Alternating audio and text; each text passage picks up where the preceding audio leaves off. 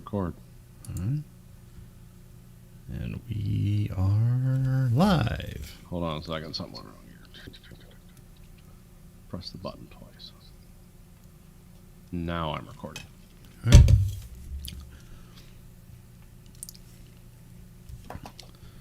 Hello and welcome to a very special Verhoeven Effect podcast again.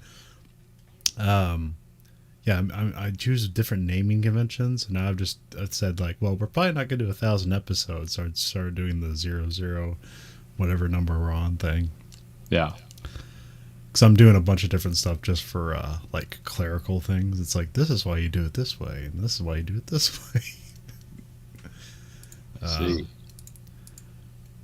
Anyway, so we watched Instant Family, the 2018 film by director Sean Anders, written by Sean Anders and John Morris, starring Mark Wahlberg and Rose Byrne and Isabella Merced. Which this is a family comedy movie about adopting a family or adopting foster kids. Yeah. When I saw the trailer for it, not impressed. It's like, okay, this is just some family movie. And then they had the director on Joe Rogan's podcast. Yeah. Back when he was fun. And the director got out there and he basically explained his life story about like how, this is him and his wife, where they just decided one day, it's like, well, we've just been trying to make it this whole time, and now we're kind of old to have kids. Like, we should just adopt kids. Yeah. And so they went and adopted kids. And I know like some of the critics about this movie says like, this isn't how this isn't how adoption goes. But it actually does. So. Hold on one second. Okay. Something is wrong. What the hell is going on here? Oh, okay. Do you mind starting the show again? This will be the last time. Well, I mean, I can just edit it in, so I can just grab Okay, my now it's recording both our voices. It was just recording me for some reason. Now it's got both. Okay. Okay, I don't know what happened. Time to get a new recorder. But yeah, we don't have to start over. I just pull this part and we can add it later. Okay. Anyways.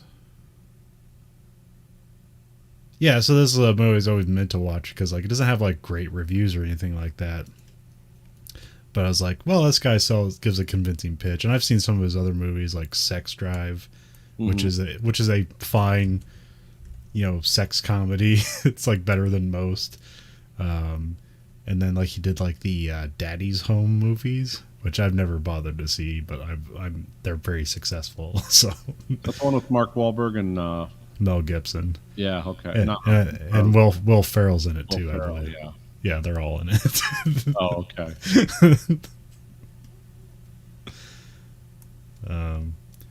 There we have Act 1, start of the movie.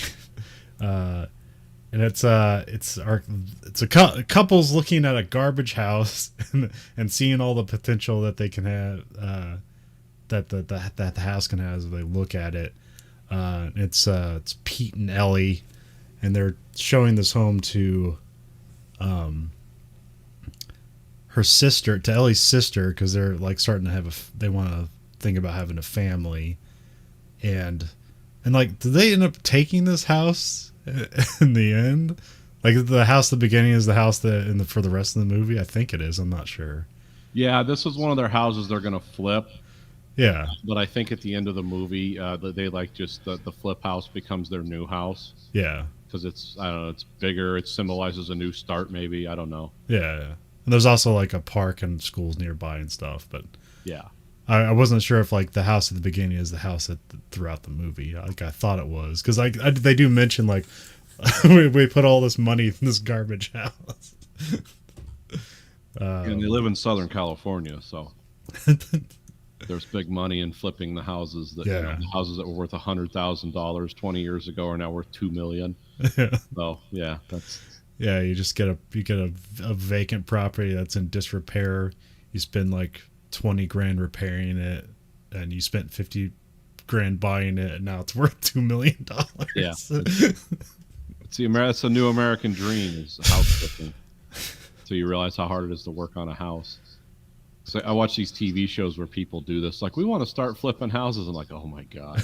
And they're just like naively optimistic. Like, I work at I run a daycare center and I'm an engineer and we're going to flip houses. Like, oh, you're just giving up your whole life. You're going to have a 200-hour-a-week work week. Well, there are like those houses where it's like all you need to do is do kitchen repair and you're golden. Yeah. and like maybe repair a door or window here. But then there's some stuff it's like, oh, the foundation is gone. Yeah. We just lost all our money. Yeah, there's this couple I watched. They do it. I think it's called Hometown. Now they're out of Mississippi, and so they're getting some real interesting houses. And they'll get into those houses where it's, oh yeah, they've been sitting in the Mississippi climate. It's like, this house has good bones, and then they'll start walking around and the general contractor will come in and like, yeah, all the beams that support the house are completely dry rot, and they like puts a pencil through them. Like, those are your structural supports. So essentially that show becomes like house rebuilding. Like, we're just going to rebuild this house from the ground up. But, with all we're putting into it and the fact it's a TV show and that's a part of our income stream, we're going to be fine. And then the people that the masters of that are the Magnolia people. And they're out of Texas somewhere. And now they do some amazing stuff. Like, but it's all dependent on like a budget cap that the couple has. Yeah. It's like, we bought this house. We sold our old house. We bought the house for $200,000. We have $300,000 for renovations, and you're like, oh, that's going to look fabulous because that's basically we can just pay to have this house rebuilt, and essentially that's what they do. And sometimes they do more with less, but yeah. And at the end of the day, when I see that, I'm like, yeah, that's just an all-day nightmare. I never got the real estate game. That's why I lived in the first and only house I ever bought. I still live in. I just adapt it to my needs. That's why this is a paint booth and the garage is a wood shop. It's also fun to see the amazing things a bottle jack can do. Like, move an entire house. Yeah, we're just going to jack this house up and put these concrete blocks under it until it's level. And how much does that cost? $8,000. At first you think it's a lot, and then you see these guys have to dig out around the foundation of your home and raise it with a jack. Put a piece of wood under it. And hand crank it up. And crank it. 30-ton bottle jack. Like, okay, that's amazing.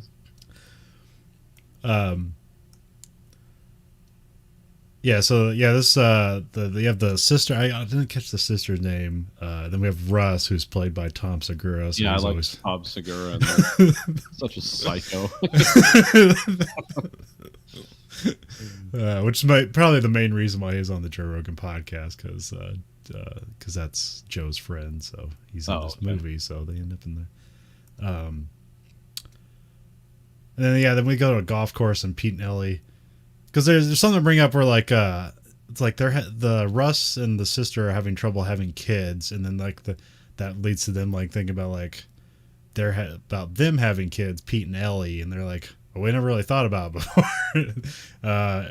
And then they go to the golf course and they're just like thinking about it's like, well, we actually like kind of like we've been spending all this time working trying to get our feet under us, and we have our feet under us, but we're kind of too old to have kids now. Yeah. And then that's when Pete just like, let's just adopt a 5-year-old kid and we'll just get a 5-year head start on this. Because like they have a flashback because Pete is worried about being an old dad because he accidentally killed his friend's old dad.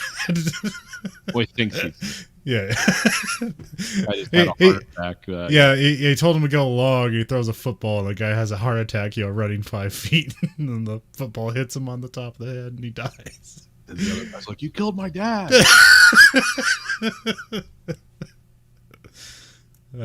I should probably mention we're probably gonna ruin a lot of jokes. I think this movie's pretty good, so if you want to watch it and see the jokes for the first time, I'd stop it now and go watch the movie. Yeah, spoiler alert. Yeah. Because that's why you watch a comedy for the jokes. Yeah. There's other interesting stuff here just about the whole adoption process. So there's also that. Because I think what's fun about this movie is that, like, what we know through pop culture about the adoption process is just terrifying and always brutal. Yeah. And here, like, it just kind of puts more of here it's also still terrifying and brutal, but it just has more of a sense of humor about it and reality about it too. So Yeah, it's not all. It is happy endings, but it's not like some of the comedy takes like a dark note. And oh yes, the dark yeah, the humor is very dark because it's very serious about what it's talking about. Like, um, and it's also like kind of the viewpoint of like upper middle class people who've kind of like lived their lives the way they want to, and it's like, they're horrified at like seeing these kids, like, because it starts out by like going to a website like all these kids need homes, and it's like, this is horrible.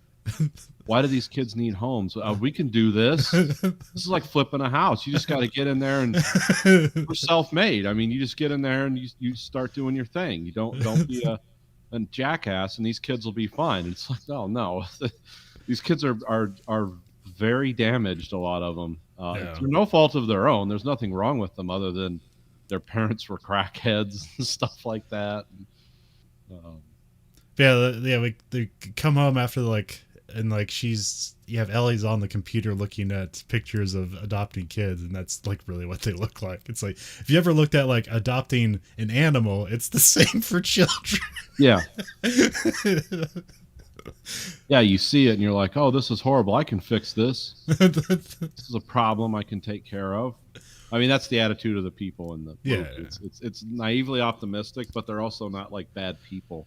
No. At the end of the day, they're just a little like. Well, it's funny. So she's looking at all these kids to adopt, and so she's just sitting there crying because they like have these little messages like, "Please adopt me so I can have a family," and like it's like a little child, and you're just imagining their voice. Yeah. So she's crying, and then she's like goes to kind of show him. He's like, "What are you, crazy? Don't show me that. That's not fair. You know what that's gonna do? I already rescued this dog." And then she kind of goes off to bed, and then he goes and looks at the kids, and then he starts crying, and then she kind of comes in and is like, "I guess we're adopting kids now." And then we go to like they go to the adoption agency or wherever they are to get like a it's like a introductory course into fostering. Yeah. or it's like basically it's a class. I think it takes like 4 or 3 months to go through. And here we have Sharon and Karen, who's Sharon's played by Tig Notaro and Karen's by Octavia Spencer. And they're like they're very fun as like the adoption agency contacts. Well, I'll tell you what, Tig Notaro reminds me of every social worker I've ever dealt with. And by social workers I've dealt with, I mean a lot of people here that are union reps. They were social workers in Detroit and places like that, and they decided they wanted to make money, so they came to the big three, and because they have IQs higher than 60, they become union reps.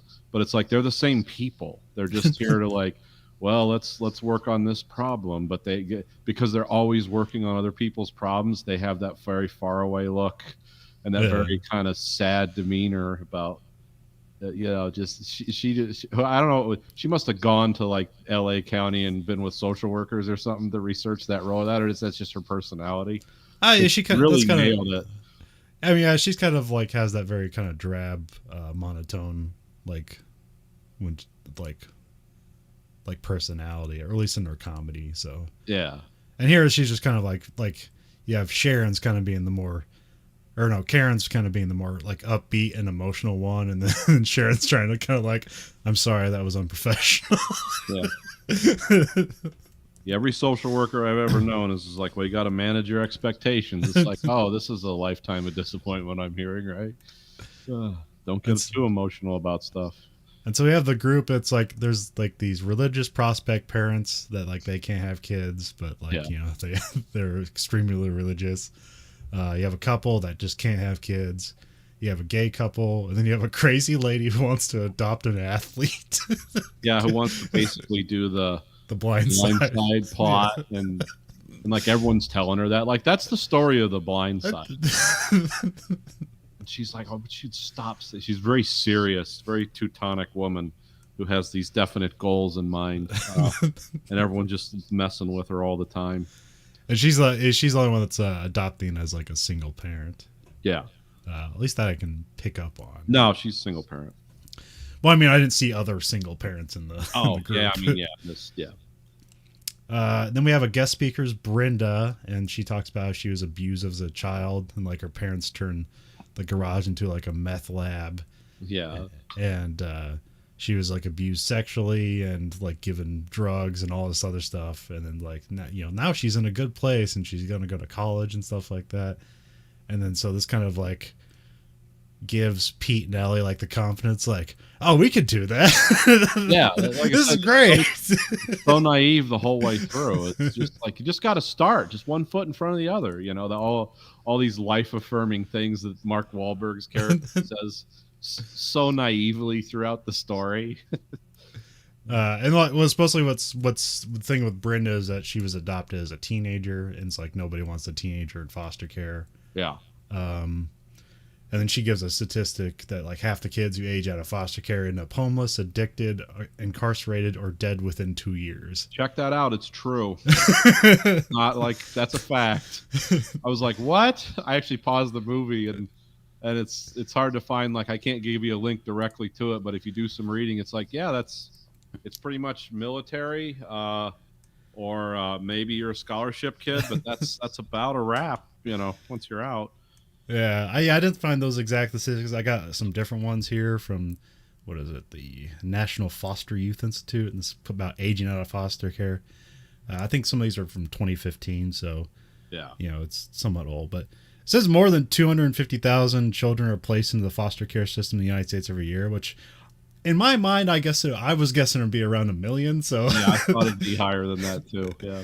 But then they have like every year about 23,000 children age out of foster care. And something else here. Yeah, 20% of them will instantly become homeless.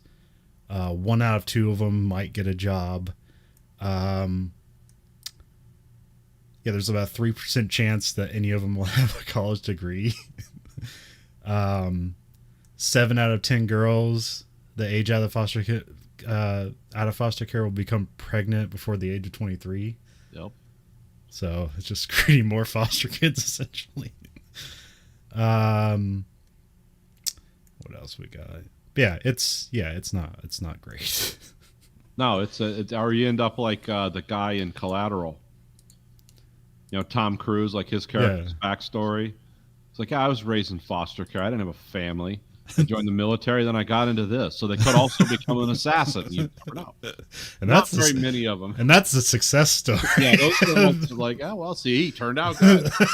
I mean, he died on a subway car bent over later, but, until then, it was an interesting life. He was in his 50s. It's been a good run. Pete and Ellie get hyped about adoption, and this really like Pete keeps comparing kids to fixing up a house and or adopting a dog. Yeah. Which like it's like as he's like talking about it, he's like, I know this sounds bad, but this is what we do. Come on, give us a break. Yeah, it used to be there was a stigma around getting a dog from a pound. Now they throw you a parade or something like that. Yeah, you should call them rescue kids, not foster kids. And then like you have Pete and Elliot. There's kind of a montage that they're building a house for the kids. They're like childproofing things, and then we go to the adoption fair. Yes, it's a real thing. It's like you have foster kids like at this park, and then you have potential parents just walking around talking to kids and trying to match them up. And I looked it up, and it's like, it's not necessarily like everywhere. It depends. Like it's like a state to state, and even it's a county by county thing. So not everybody does it, but it is a real thing. Yeah. We have the potential adoptive parents like competing over the kids, which that's fun. It's like, no, we're just getting snacks. This kid's ours.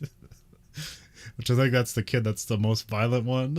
Yeah, that's the religious parents. Yeah. And this is like, and then they kind of sit down because they just kind of have weird moments with the kids. Like there's some stuff for just like the weird stuff with the other potential foster parents, and there's like where the kids are like fighting each other. And they just kind of sit down, and then Sharon shows up, and then So it's like, you see anybody you liked? And like, we kind of like that girl over there. Looks like she's been chained to a radiator for half her life. And the chair goes, that's my daughter. Yeah, Signataro's daughter. She had a very happy life. I'm very proud of her. It's like, yeah, you should be. I don't even have a radiator.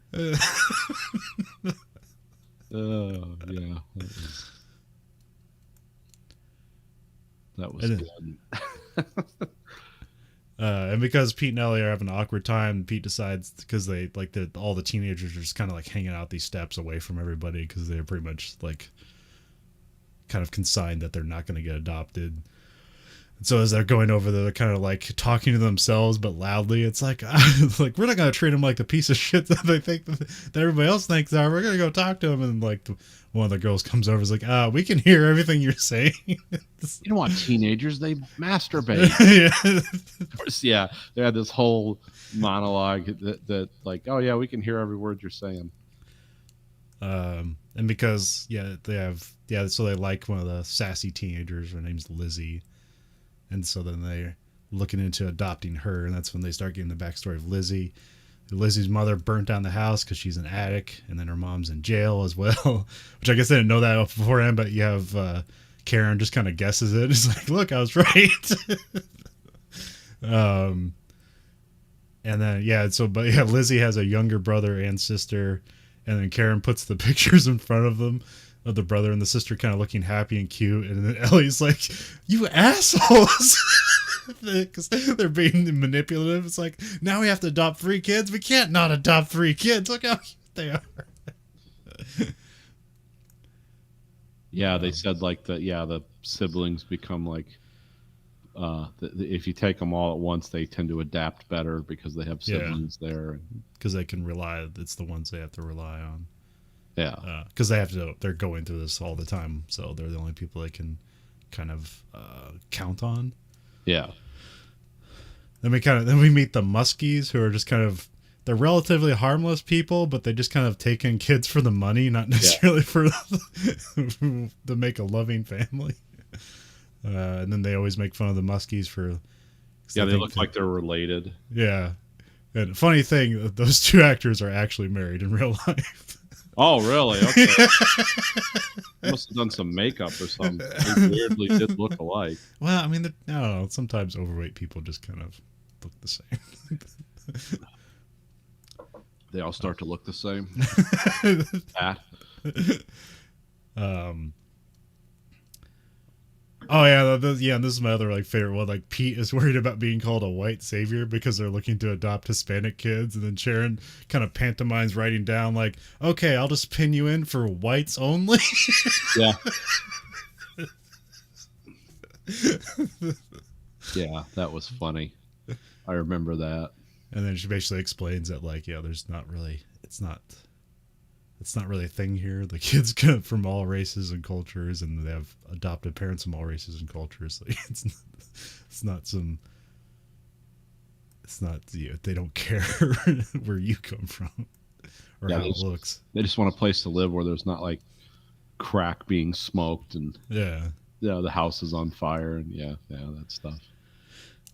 And Pete and Ellie meet the Muskies to meet the kids because they're just kind of meeting them at first because it's kind of like a halfway house for them, or where you call that, Well, it's another foster home, but this is where the parents just take the kids in for the money. It's like, I don't care if you get pregnant, shoot heroin, the check comes in. Well, there's like animal foster homes that's like, they take in the dog for a while till somebody adopts them, but they're not necessarily like adopting the dog. They're just kind of holding them for a while. So, it's placement homes is another name for it. And then we see Juan, who's accident prone and very sensitive. And then you have Lita, who just kind of yells things and really likes potato chips. Yeah. And then there's a part where they're playing restaurant and she's like yelling at the doll and calling it like racist names. You're embarrassing me. You're stupid. That's like a game for the kid. Yeah. And then like Ellie's like, let's not talk to the lady like that. It's like, don't tell me how to raise my kids. This kid's like, I don't know, like 6 or something. Yeah, it's funny because she's so small. But yeah, so yeah, their first visit's so weird because at some point like he's playing basketball with the kid and the ball bounces off the hoop and hits him in the nose and he's like bleeding all over the place, and so they have like second thoughts like, this is weird. Should we adopt these kids?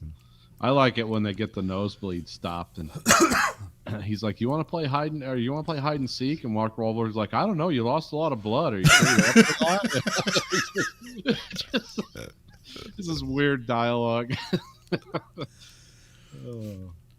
only Mark Wahlberg can deliver because he's good at delivering very weird dialogue very sincerely. Yeah, like the observational dialogue. Do you think that's a good idea? Well, also works from his character's point where he's just kind of like, he's like suddenly supposed to ask to be a dad, but he doesn't really know how to be a dad. Yeah. And so he's just kind of like going through logic scenarios in his head. And it just comes off as funny because it's like, well, he's just trying to be a parent, but he's treating it more like it's a math equation. Like, this is solvable. Yeah. Then Pete and Ellie have a family Thanksgiving dinner, but this is like before they have the kids, and so they're with their family. And they're having second thoughts, but then they're like convinced to kind of like to adopt the kids because of like the horrible family arguments that are going around. Yeah. Like there ends up being like kind of like accidental racism, or like you have like Russ, the Tom Segura character, is like, no, we're gonna have kids of our own blood rather than some crack babies and stuff like that. And because they haven't doing anything with like being involved tangentially with the foster care system, like they're just that's just their opinion of it. Like they aren't informed of it. Like they've been going through this, so they're struggling with it. So now they become defensive. It's like, that's not who these kids are. And one of the funniest lines is like they have the dad. They have Jerry the dad, or Russ says something to him. He's like the granddad or whatever. It's like, you just spent 30 minutes talking about the deep state. You don't have an opinion about your own family. He just goes, "It's none of my business." Yeah, it's not my problem. I want to watch a football game. Talk about QAnon or whatever. Yeah, I mean they vaguely allude to it, but yeah. Yeah. I mean, it's kind of before all that got big, but yeah, so the kids come home and they show them their rooms. They're all like, "Oh, really? A room?" I'm like, "Oh, wow, this is amazing." Are you guys rich? They're like, no. We're like, I mean, we're doing good right now. But yeah, they explain how no, this is what they do. They flip houses, so we just like make something look good on a lesser budget. But where these kids have been, like, it's might as well be a mansion. Yeah, like the toilets are attached to the wall and shit. And this way I have like another true thing that's like sad but true. It's like, "Can I put my bears in here?" It's like, "Yeah, go ahead." And they're like, yeah. I love this. They just have like, both kids just have trash bags full of bears. They're like, "What's with all the bears?" And it's like, "Oh, they get a bear every time they go to family court." Yeah, they still calls them court bears. Yeah, like, court what? bears. Oh my god.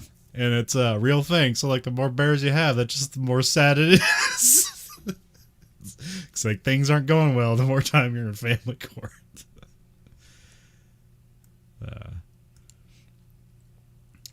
Then they give Lizzie a room, and then she chooses. There's like, "Yeah, we can paint this whatever color you want. And you can do whatever you want." And they're being like really conciliatory because they don't know how to be parents yet.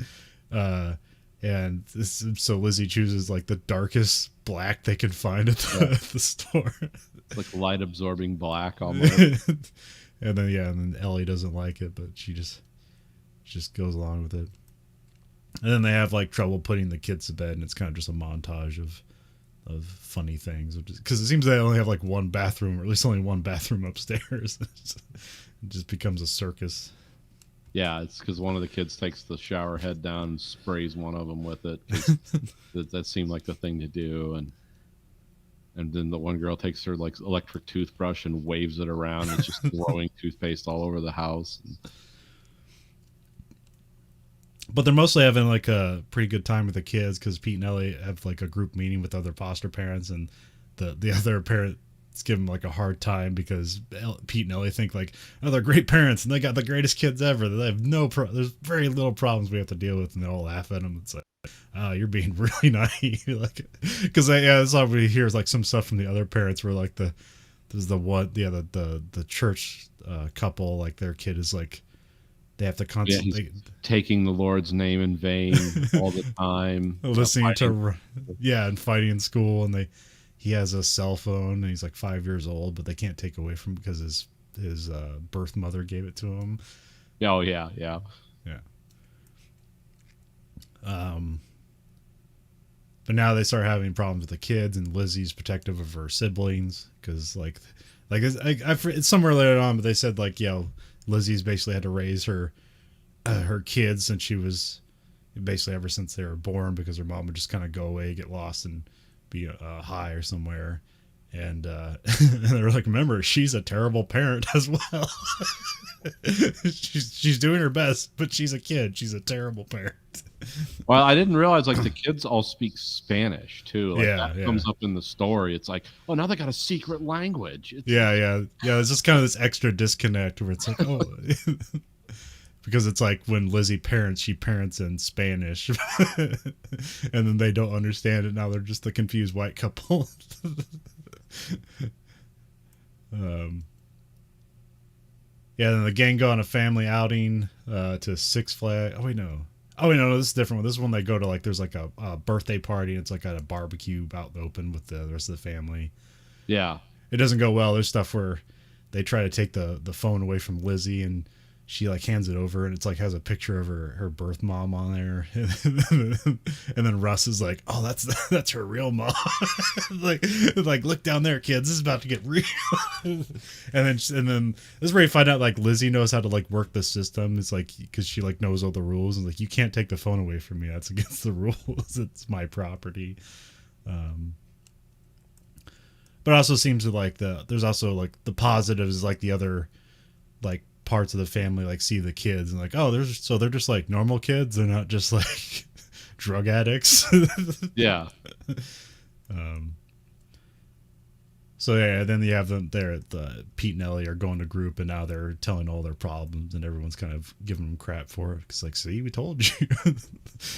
But at least their kid isn't threatening to slit their throats in the night. So which that's happening with the religious kids group. And the thing is, you only see him once, but he kind of looks like, a young serial killer, like, because he's wearing like a tie and glasses. He's like, that seems like an odd little kid. He kind of looks like a little Pee Wee Herman or something. Yeah. And apparently he's just swearing and threatening people with knives. So. Then we have Pete's mom, Sandy, shows up and like gives everybody a hug except for Ellie. This is played by Margot Martindale. Yeah, she's a very famous actress. Then she gets them all like, and they're all supposed to be like grounded or something at this point, but like Sandy gives them all like tickets to Six Flags. And then Lizzie ends up like hanging out with her friends, and then shows up late coming back. She went to a movie, but then she has like a shirt and then like everybody's getting on it. Even Sandy's like, like, you're getting grounded. But then Lizzie pulls out a shirt that says like Grandma Sandy on it, and it's just all is forgiven. Yeah. So it's just showing Lizzie being manipulative here. And then you also have this moment where like Pete and Ellie are fantasizing about like putting the kids back in the system. Yeah, I like that whole moment. It's like, we can just give them back and say it was terrible. We might even get points for trying. We go through this whole dark scenario about, we could do this. We could come out ahead we could turn it into something positive. People will feel sorry for us. They might even give us gifts. Yeah. Praise. And they kind of just go through this whole fantasy and decide and just go, we're not going to do that, right? Yeah, like, no. At least they realize. I thought this was going to take a real dark wow. And then we have like the next day, it's like Lizzie and Ellie have an argument, and then Juan hurts himself with a nail gun. He nails himself through the foot with a framing nailer. Yeah. And then Pete and Ellie kind of get in trouble for the incident, but Lizzie ends up like standing up for them so they don't go back into foster care. Yeah. And Karen kind of gives this like behind the back thumbs up. It's like, hey, she's fighting for you. That's a good thing, even though this is a bad thing. Yeah, that scene was particularly poignant to me because I've actually seen that happen. I mean, not the foster kid thing, but someone nailing their foot to their deck with a framing nailer. It happened next door. Like, what do we do? It's like, call the ambulance. Should I pull it out? No. Why? Because I said you might have severed something and just bleed to death. I don't know. I'm not a doctor. So yeah, we gotta when you have to pull someone's foot off the deck with a crowbar, it's like, oh yeah, that really happens. It doesn't happen when you're not holding it, however. It doesn't just fall and go off, but you know, it's like, yeah, I've seen that. That struck a chord. It's like, ooh, yeah, I've seen that. That's terrifying. And then Ellie thinks she has a breakthrough with Lizzie when she's brushing her hair, but then like she just leaves the hairbrush as a gift, and then Lizzie just throws it in the toilet. And then this also where we find out like she takes her to school, and then like Lizzie's like dating like the school janitor or something. Yeah, some kind of weird relationship with this creepy, who looks like a porn star guy or something. And then like they're at a soccer game for Lizzie, and then like I guess Juan accidentally broke her doll, who she calls Potato Chip because she loves potato chips. Yeah, that's all she'll eat. And then so like Pete fixes the doll, and then she goes like, thanks daddy, and then they're just sitting there like, oh my god, I just got my first daddy. And then they're like kind of hovering around the kids like, you need help with anything? I want to say that, call me mommy, you know. Yeah. And then, the little kid's like, no, you're Ellie. Yeah, it was kind of a fun thing where just Ellie never gets any satisfaction, but it seems like Pete gets the cheaper. Yeah, Ellie tries to be like the most sincere, caring person, and Pete just kind of shows up. And then we have Pete like kind of bonds with Lizzie by breaking stuff in a house they're renovating. And then the kids are visiting their birth mother, and like every time they have a visit, that like the kids end up being difficult. So they're talking about this in the group. Yeah. And then, I do like the conversation they have the first time they drop the kids off to the birth mother, and they're sitting in the car like far away from them, and she's like, "Yeah, I mean, you know, we're not doing her a favor. I mean, she was raising her kids like cats in a crack house, like, or something like that." And he was like, "Yeah, we don't need to feel bad about anything involving this woman. She's just responsible." And it's like, well, she's 4 months sober. It's like, yeah, she was in fucking jail. That's why she's you know, all this dialogue. And these are things. What I liked about this is like, oh, these are conversations that people really have. Yeah, this isn't like movie stuff where it's like, oh, wouldn't that be lovely? It's like, oh no, these people really talk like this and think like this, and because they're right. I mean, we find out it's like, oh yeah, they weren't too awful for thinking that way. Well, I mean, even in the group, they say like they just wish, like they think all the time that they wish they could go back to, the mom would just go back to jail. Yeah, and then they assure them like, you know, you're not terrible for thinking that. It's just what happens.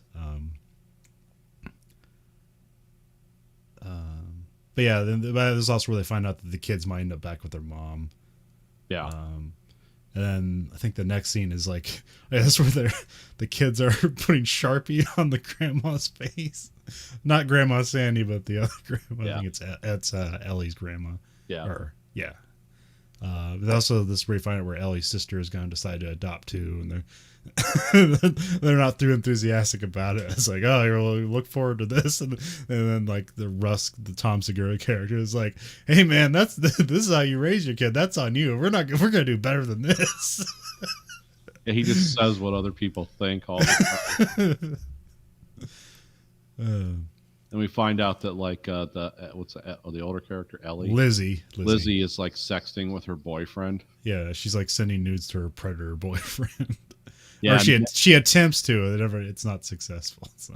And then they find her phone, and they're yelling at her. And Tom Segura looks at the phone, is like, because he's apparently sending pictures of his genitals to her, and he's like, "Wow, what a trout on this guy! Look at that! Get out of here!"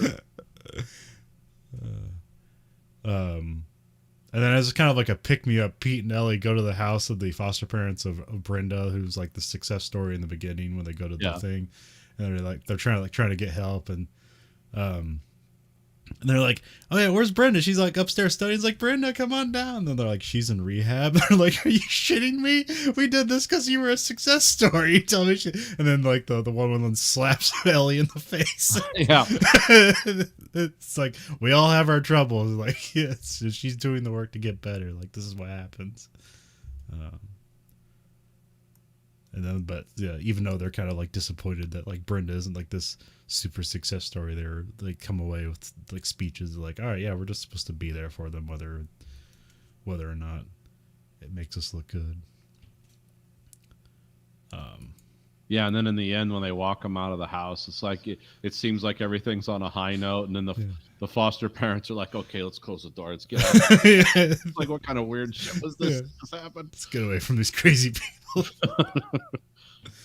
And then then they go to school the next day, and like Pete and Ellie are like trying to find the person that she was texting to, and they cost the wrong kid, Charlie, and make him cry. But then they find who Jacob is, and it's a grown adult janitor, and they chase him down and beat him up. And then the cops get called. There's this fun scene because it's Jacob getting arrested and put in the back car. It's like, yeah, you pedophile, you're gonna go to jail for that. And the cop car pulls away, and you see that they're also being arrested. Yeah, it would really happen. And then their foster kids are left in the car because they're being taken to jail. Yeah. Because the next day is the family court trial because the original birth mother is seeking custody. Yeah, they were in jail the night before. Yeah, I have parents. So yeah, I have that as being the end of Act 2 is at their lowest when they go to jail because like the kids are taken away from them while they're in jail. Yeah, and so when they show up to court the next day, like they don't show up together. Like whoever's taking care of the foster care is taking care, or probably Sharon and Karen take them there, and then they kind of meet them at the hearing. And yeah, things Sandy gives them a pep talk to kind of fix the statement they sent to the judge for the family court. Yeah. Which that comes up later. But yeah, when they get this first family court meeting, like it doesn't go well. The judge is just asking them yes or no questions, like is this true or not? And they're like, well, I mean, the context is like yes or no, and they basically have to answer yes to all the out of context all the terrible things they've been doing. Yeah. Which that seemed a little bit of a stretch. Yeah. I think if they like went to a school and beat up the guy was sending pictures of his penis to an underage girl. I mean, it's probably a little cowboy, but I don't think like any judge that was like, oh, well, they were being protective. I mean, they might have gone a little bit out of control, but it was a way to make a scene dramatic. So. Well, I mean, in this specific instance, he's reading a letter that Lizzie wrote, and he's just confirming whether the things that she wrote is true or not. And they're basically like, yeah, that's true, because she wants to go back with her mom. Yeah. I think you find out later on that like she's been filling out the paperwork for the reunification, papers or whatever. That's what's going down. Basically, at this point, it looks like the kids are going to go back to the mom, and they spend last night with the kids. And it's just kind of the solemn thing where like the Juan's crying. He's like, well, what if she doesn't know how to make the macaroni or cheese and noodles the way I like? And it's like, Lizzie will show her. It's okay. And it's just kind of a sad thing going on. But then they go up the next day, and there's a car pulls up, and you think it's going to be the mom, but it's Sharon and Karen basically saying that like, yeah, she's not going to take care of you kids. She can't. And then we also saw plenty of drug use paraphernalia. It's like she's not capable. Yeah.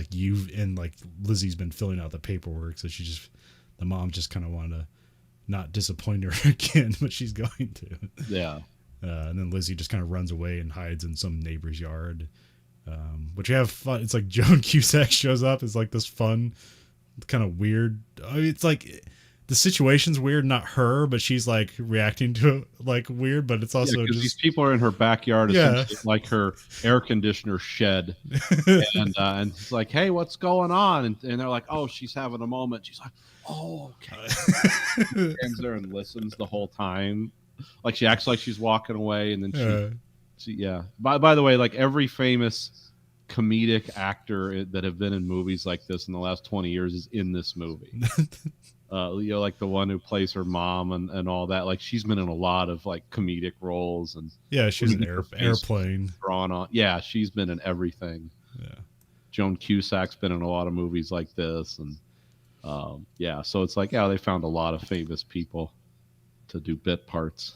Yeah, we have Pete and Ellie kind of wait on the sidewalk till Lizzie's like kind of like ready to go back, and then like Lizzie like reads their reformed court statement, and then also you have this weird part where like they all hug, but then like Joan Cusack wants a hug, and they're like, no, that'd be weird. We don't know who you are. Yeah, we're good, thanks.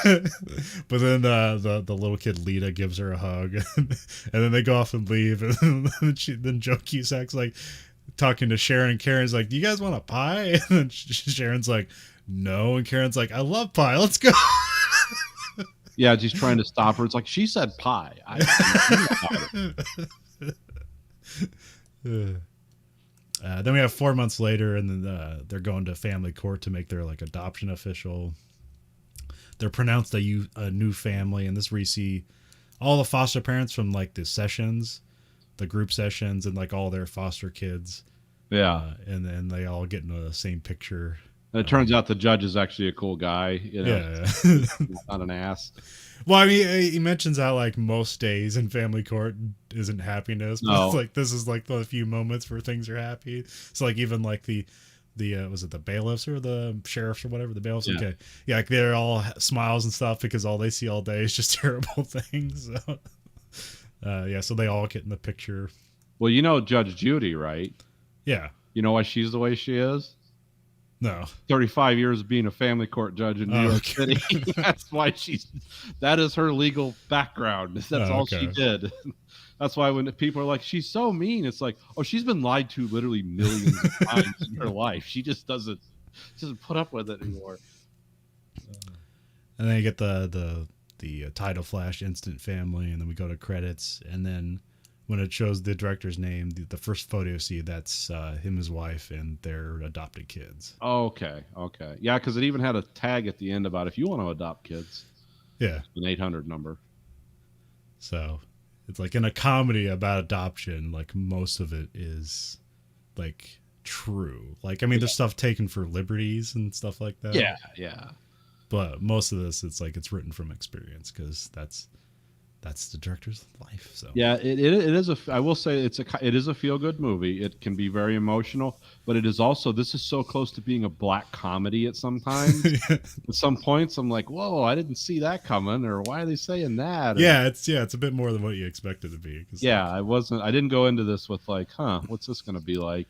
Because I figured it'd just be like a family friendly. Yeah, straightforward. Yeah. No, it is. I mean, it's a PG-13 movie, but they do, they do say fuck once in it, and it's pretty funny. Yeah. It's at the Thanksgiving dinner. It's like they're like, no, we're gonna adopt these kids, and if he has a problem, they can fuck off. And it's a fun moment. Yeah, and all the other kids are like laughing about it. So yeah, it's kind of like it's a really well done movie. It's not what you think.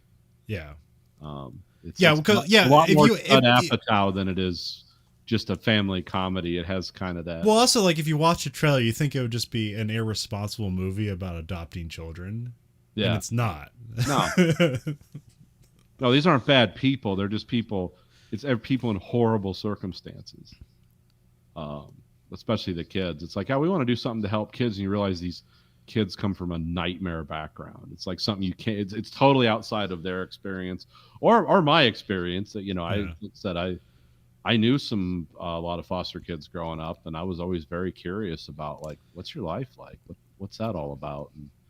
And I heard stories that I won't repeat because the shit was fucking awful. It's like, oh, this is miserable and depressing. And it's like, your parents are alive. And it's like, one of them is. And it's like, you never talk to them. I can't go near them. It's like, why? And then you find out why. I'm not going to repeat it because I know some of these people still. And it's like, oh my God, your parents allowed that to happen? Or, well, they were on drugs. It's like, they don't love me. It's like, oh, okay. All right. So, yeah. Yeah, I had a few friends in like childhood where it's like, yeah, you want to hang out? Yeah, sure. It's like, oh, you want something from the fridge? And like, you just have things in the fridge to eat. It's Oh like, yeah, oh yeah. Jesus. We can have some of that. It's like, yes. And like I said, we're not like rich. We're not from like a super wealthy background. We're from a very middle class background. But yeah, sometimes you run into these kids. It's like, hey, you want some pizza? Oh, I didn't bring any money. It's like, no, just come over. What are you talking? Mom, get some pizzas. You know, it's not like, oh, we got to wait for grandma's check to clear or something before we can do that. It's like, what? No. Yeah, I had a lot of people spend the night at my house. Because I've spent the night at their house a few times. It's like, no, let's spend the night at my house. We got Nintendo, we got VCR, we can drink pop, stay up all night, whatever you want to do. I mean, I like. Don't get me wrong. I kind of like. I like the darker, grimmer aspect to things sometimes, but only as an abstraction. When I see it actually happening to people, and it's like in front of me, it's like, ooh, no, this is bad. You know, it's. I know a lot of kids growing up is like, whoa, they don't have the life we do. And when we say dark comedy in terms of this movie, it's just that like this is a serious situation. It should be treated seriously, and sometimes just like we're talking about, like people just say out loud what's in their head, and it's like, yeah, these are the horrible things you have in your head, and we're putting it out loud and we're dealing with it. So it's okay. Yeah, because when it's abstract, it's like, oh yeah, these kids have all. Something is awful happened to them, mom's a crack whore or whatever. Like, we can just say that. But when you actually know kids where mom is a crack whore, it's like, well, this isn't funny anymore. But it's like weird. I don't know how to react to this. Like, this is stuff you see on TV, not stuff you deal with in real life.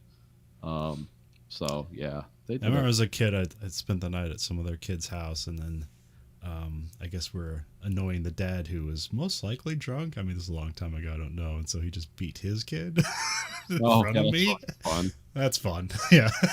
Well, time to go to sleep. Good night. Friend comes in just with like a bloody towel on his face. Well, you ready to go to bed? It's like, did I just witness a crime? Wait a minute. Oh, yeah. I mean, I knew people that like, I never saw anything quite like that. But where dad just stares out the window all day. It's like they never talk to their parents. Like they come in the house and just like walk. It's like, yeah, just go to my room. It's like, oh hey, and no one looks up, angrily doing a crossword, or dad's just staring out a window. Like, okay, all right. And then you ask like, what's wrong with your parents? You're like, nothing. It's like, okay, all right, normal for you, I guess. Or then the kids that are like, fuck you, mom. I'm not saying we didn't have our arguments either, but it was never like first thing walking in the door. Yeah. Or the people who had like two parents in the house and I didn't know any better. Oh, this is my mom and this is like Earl. And I'm like, oh, your dad, Earl? Oh, he's not my dad.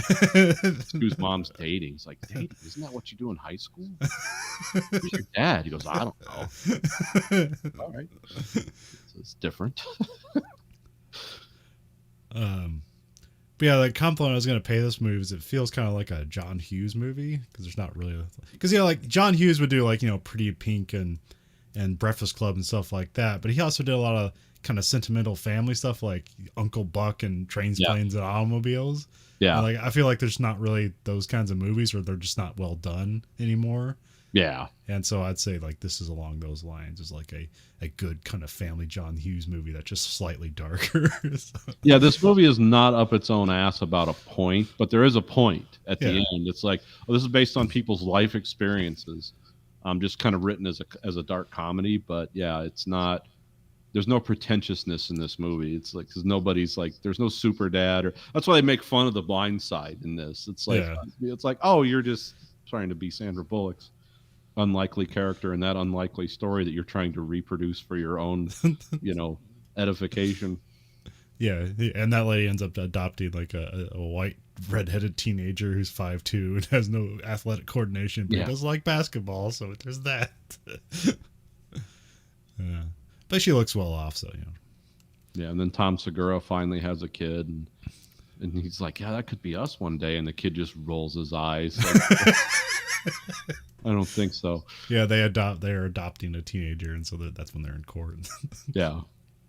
Which I think they also get pregnant too, isn't it? I thought they adopt and get pregnant. I can't remember. I don't remember that part. Because there's that one of the reasons they're adopting is that like they just like I think because they spent $30,000 on IVF treatments and it didn't work. Yeah. Or maybe I'm thinking of the other sister who basically has like 4 kids, and it's like, I'll just pop out another kid just to spite you. I'll do it right now. And her husband, she just tells them be quiet. Yeah. Yeah. So yeah, I picked this one because I figured like it's kind of it's not necessarily one of our bleak 70s sci-fi movies, but I think this is a movie that probably people wouldn't discuss. So I figured it was like kind of an underdog movie that I appreciated. So yeah, it's a good movie. I was surprised. I was not expecting to like this movie. Okay. So I was like, oh, this is kind of, it's got some strong points to it. Yeah. But see, I would never watch this movie just based on the trailer alone. It's like, I'm never going to watch that. No. And then you watch it and you're like, oh, this is not what you expect it to be. So yeah, and you're very, very correct. It's like, yeah, it's like a John Hughes type movie. Yeah. It's like there's a lot of good writing in this, good character development. All the characters make sense. I mean, they're sort of caricatures, some of them, but there's also like on the surface they are kind of like one-dimensional characters or two-dimensional, whatever. Yeah. But they have realistic depth to them once you just get further into the movie. Yeah. Yeah. So I was actually very happy with this movie. I think everyone else would be too. Yeah, it's on. If you need a pick me up and you like dark comedies. I mean, it is a family movie, but a funny thing, if you look at the reviews for it on Amazon, it's like a bunch of religious ladies being like, there were swear words in this, like 1 star. You obviously missed the point of the movie. Apparently this did not resonate with you at all. Hey, it's a PG-13 movie and it's only swearing. That's kind of all there is in there. So yeah. Well, if you like what you heard, and how couldn't you? You can find us at anchor.fm/Verhoeven Effect. You can find it on lots of places wherever you listen to your podcast. You can rate our podcast on your platform of choice. You can rate it whatever you want, but the only thing you listen to is whatever the highest thing is, like 5 stars or thumbs up or whatever they're doing on podcast things. Remember, you control the algorithm. The algorithm doesn't control you. At anchor.fm, we have listener support. You can support this podcast at 3 monthly tiers at either 99 cents, $4.99, or $9.99. We're at Twitter at Verhoeven Effect, Facebook, Verhoeven Effect. We have another podcast, American Greed Factory. You can find us on various platforms except for Spotify. American Greed Factory. We have American Greed Factory on YouTube, where you can watch both that show and this show live and unedited. We have t-shirts at belowthecollar.com/Greed Factory. And I'm also at twitch.tv/Greed Factory, where I started the first episode of Bought and Never Played for Dragon Age Inquisition. So for the Verhoeven Effect, I'm Conlon. I'm Nathan. Goodbye, America.